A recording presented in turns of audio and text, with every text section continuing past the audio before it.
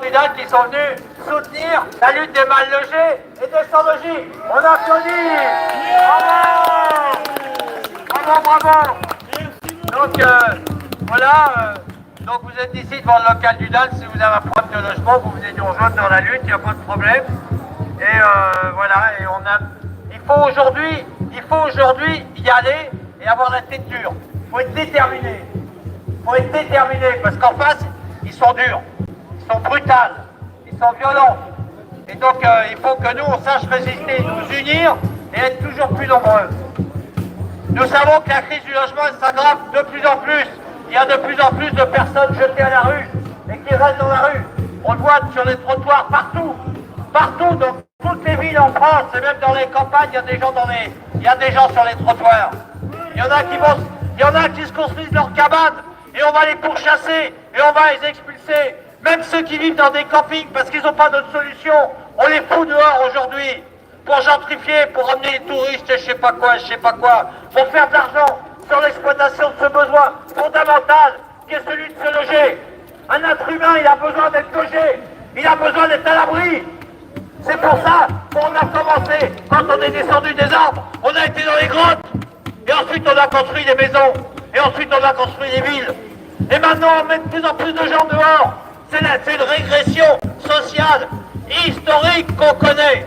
En France, on n'a jamais eu autant depuis la Deuxième Guerre mondiale, autant de personnes à la rue, autant de demandeurs de logement social, autant de mal logés, autant de locataires surexploités, parce que c'est ça la réalité. N'oubliez pas qu'en 1970, on consacrait 10% de ses revenus pour se loger. 10%. Le locataire consacrait un dixième de ses revenus pour se loger. Aujourd'hui, en moyenne, c'est 30%. Ça veut dire qu'il y en a beaucoup qui mettent 40, 50, 60% de leur salaire ou de leur petit revenu pour se loger, pour avoir un toit et même se faire arnaquer, arnaquer par son bailleur. Parce que la fraude au rapport locatif est massivement développée. Et que fait le gouvernement aujourd'hui? Rien. Il fait le contraire de ce qu'il faudrait.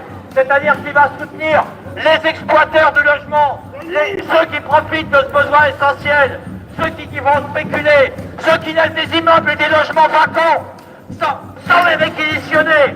Eh bien, le gouvernement devra appliquer la loi de réquisition première mesure, au lieu de soutenir les fraudeurs, au lieu de soutenir les spéculateurs et les groupes financiers qui investissent de plus en plus pour gagner de l'argent sur notre dos.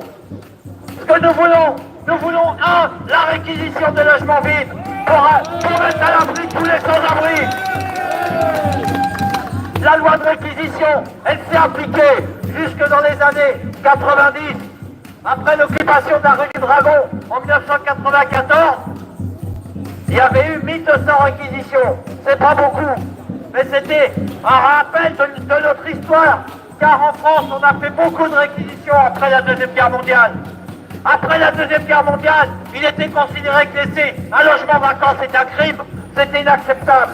Et donc on réquisitionnait.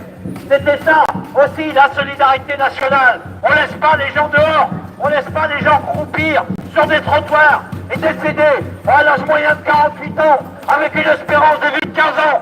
Aujourd'hui, vous tombez dans la rue, en moyenne, vous crevez 15 ans après. Laisser les gens dans la rue, c'est une condamnation à mort, avec torture. Avec torture. Voilà, la France a rétabli la condamnation à mort avec torture en prime. Parce que quand on est dans la rue, qu'est-ce qui se passe? Eh bien, on perd ses amis, on perd son boulot, on perd le moral, on tombe malade, on est sous les dangers de la rue, on est menacé de manière constante. Hein? Et évidemment, au bout, qu'est-ce qu'on fait? On picole, on se calme pour essayer d'oublier. Et on crève, et on meurt. C'est ça la vie dans la rue. Et la vie dans un taudis, c'est la même chose. Imaginez les enfants qui naissent dans un taudis toxique, où ils n'arrivent pas à respirer, où ils ont de l'asthme, où ils ont des problèmes respiratoires, où ils sont les uns sur les autres. Eh bien ça aussi, ça marche.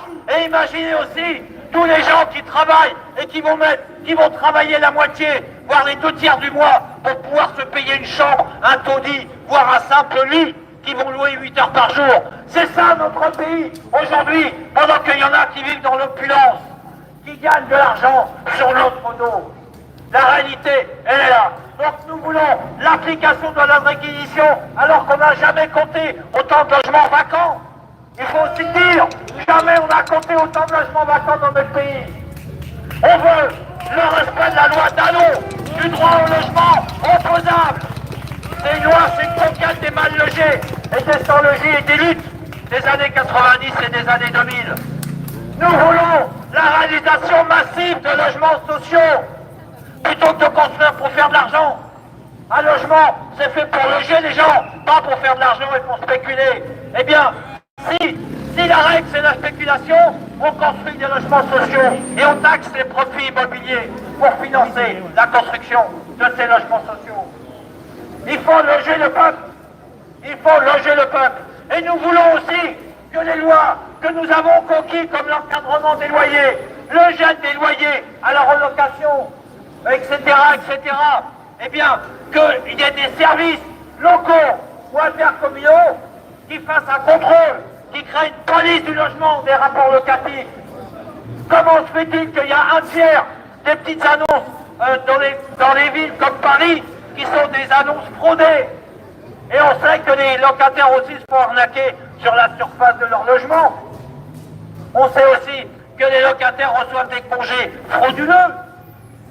Et à quelques jours de la fin de l'arrivée de la trêve hivernale, les expulsions se sont accélérées. Et les signaux sont au rouge. Jamais, d'année en année, on expulse toujours plus. On expulse toujours, on est toujours plus. Sachez qu'en 1983, on avait expulsé cette année-là, on avait expulsé 4500 locataires en difficulté. Aujourd'hui, l'année dernière, on en a expulsé 24 000, près de 25 000. Et cette année, on le sait, ça sera encore plus. Les expulsions se sont accélérées, là, à l'approche de l'arrivée de la trêve hivernale. Il y a une pauvre vieille dame de 80 ans, là, qui va être expulsée dans le quartier, pas loin d'ici. Hein. On a plein de gens qui viennent nous voir aujourd'hui, qui ont la guillotine. Ils sont la tête sur le billot. Ils ont la tête sur le billot parce qu'ils disent ils vont venir demain. Et demain, j'ai plus rien. Demain, j'ai plus rien, c'est fini. Ma vie est terminée. Vivre dans un hôtel et être remis à la rue au bout de quelques mois. Le drame du logement, c'est un drame national et c'est un drame humain fondamental. Voilà pourquoi le DAL a été créé. Application de la loi de réquisition, réalisation massive de logements sociaux, application de la loi Dallot et de toutes les lois qui protègent les mal logés, les locataires et les sans-abri, et taxation des profits tirés de la spéculation immobilière et foncière. J'ai oublié de dire que les politiques d'urbanisme, c'est des politiques de gentrification et d'épuration sociale. Vous le savez, d'épuration sociale, oui, il faut le dire. Les politiques d'urbanisme dans toutes les villes, et même dans les petites villes, et dans les grandes banlieues, et même les zones touristiques aussi, c'est des politiques d'épuration sociale. On dégage les indésirables, et après, on dégage les pauvres, on dégage les classes populaires. C'est ça la réalité. Et après, on se plaint parce qu'on n'arrive plus à loger. C'est les salariés dont on a besoin et qu'on a besoin d'exploiter. Un toit, c'est un droit. Un toit, c'est un droit. Un toit, c'est un droit. Un toit, c'est un droit. Un toit, c'est un droit. Un toit, c'est un droit. Un toit, c'est un droit. Un toit, c'est un droit. Un toit, c'est un droit. Un toit, c'est un droit.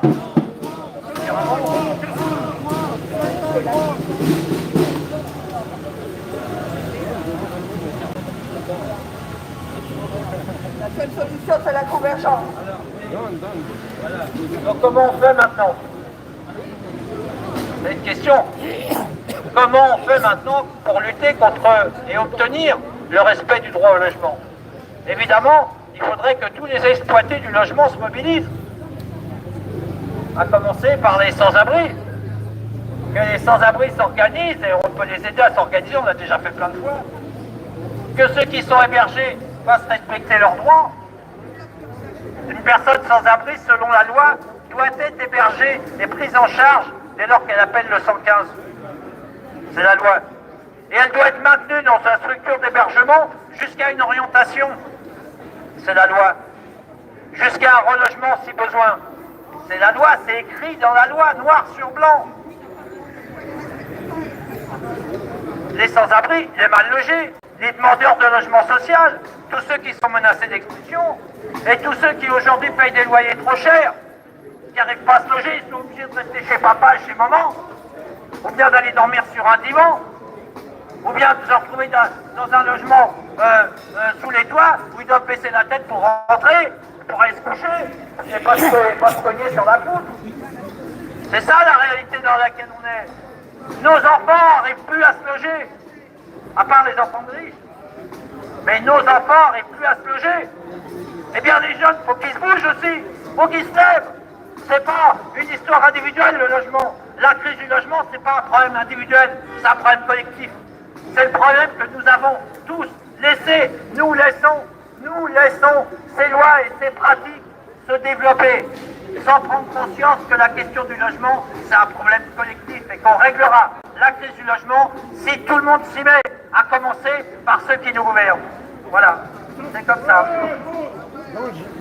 Donc mobilisation, fin mars, on y va comme d'habitude, et puis d'ici là, il peut y avoir des bonnes surprises. En tout cas, Madame l'État, on la surveille là, et puis elle va bientôt entendre parler du pays. Vous pouvez la prévenir. Bon, il n'y a pas de problème. Vous pouvez la prévenir, on va arriver. Et il y a aussi la question de la réquisition. Donc on va faire une marche de réquisition pour dénoncer quelques immeubles vides là qui sont là à droite à gauche. Évidemment, ils se protègent avec la loi Casbarian, ils se protègent. Ils se protègent.